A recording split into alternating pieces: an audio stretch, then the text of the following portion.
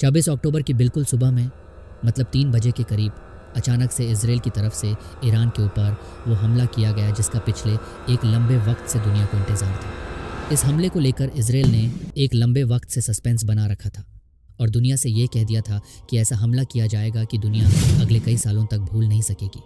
Israel का Iran के ऊपर यह हमला अगले 4 से 5 घंटे तक चला, लेकिन हाँ, ये लगातार नहीं था, बल्कि इसको 3 वेव्स या कह सकते हैं 3 अलग अलग राउंड्स में अंजाम दिया गया था। इस हमले में 100 से भी ज़्यादा या कह सकते हैं 125 और 130 के करीब फाइटर जेट्स का इस्तेमाल किया गया था, जिसमें अमेरिका के F-15, F-16 और हाँ F-35 भी शामिल थे। खुद इसराइल के मुताबिक भी उसका टारगेट ईरान के 20 ठिकाने थे जो ईरान के 3 अलग अलग इलाकों में मौजूद थे। उनमें से एक इलाका तो सेंट्रल ईरान में है, मतलब कि तेहरान का इलाका, जबकि जो बाकी के 2 इलाके हैं उनमें एक खजिन्याची और फिर इराक की सीमा के पास है। इन्होंने एयर टू सरफेस मिसाइल्स के ज़रिए ईरान के अलग अलग ठिकानों को निशाना बनाया।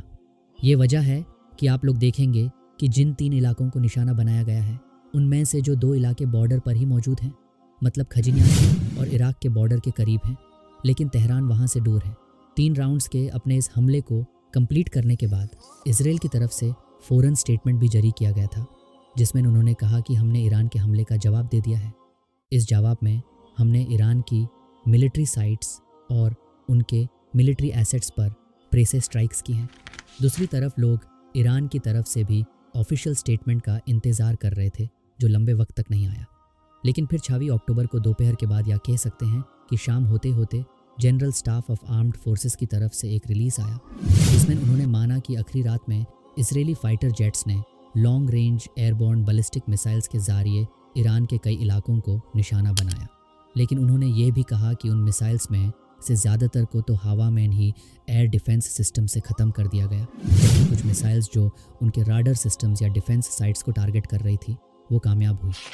ईरान की मीडिया की तरफ से सुबह से ही 2 लोगों की मौत की खबर चलाई जा रही थी, लेकिन बाद में जैसे जैसे वक्त गुजरा 2 और लोगों जो बुरी तरह से घायल थे उनकी भी जान जाने की खबर आई। इस तरह कुल मिलाकर 4 लोगों की जान गई। ये चारों लोग आर्मी से जुड़े हुए थे, जिनकी ड्यूटी उन डिफेंस सिस्टम्स और रेडर साइट्स पर थी जिनको इजराइल ने मेनली टारगेट किया था। हिजबुल्लाह ने ऐसा पावरफुल और ऑर्गेनाइज्ड रिस्पांस दिया कि इजराइल को ये समझने में देर नहीं लगी कि उसने एक बहुत बड़ी गलती कर दी है। अब तक इजराइल की आर्मी को यह लग रहा था कि लेबनान के साउथ में वो आसानी से कब्जा कर लेगा, लेकिन हिजबुल्लाह ने जिस तरह से इजरायली टैंक्स और सोल्जर्स पर अटैक किए उसने इजरायली आर्मी को काफ़ी बड़े नुकसान पहुंचाए। अब इजराइल के लिए सिचुएशन ये बन चुकी है कि वो एक तरफ ईरान के साथ फ्रंट लाइन पर लादे नहीं बढ़ा सकता और दूसरी तरफ हिजबुल्लाह के खिलाफ भी उसकी ग्राउंड इन्वेजन का प्लान फेल हो रहा है। असल में यही वजह थी कि इसराइल ने ईरान के खिलाफ उस बड़े अटैक का प्लान ड्रॉप किया और उसके बजाय उसने मिलिट्री साइट्स और रेडर्स जैसे कम इम्पैक्ट वाली जगह पर हमला किया, ताकि सिर्फ दुनिया को दिखाया जा सके कि उसने कुछ तो कदम उठाया है। इस कदम से इजराइल की लीडरशिप के अंदर कदार और कमज़ोरी साफ नज़र आती है। तो दोस्तों, आज का वीडियो यहीं ख़त्म करते हैं। उम्मीद है आपको यह जानकारी मिली होगी कि इसराइल का ये हमला ईरान पर किस हद तक कामयाब हुआ और दुनिया पर क्या असर डालेगा।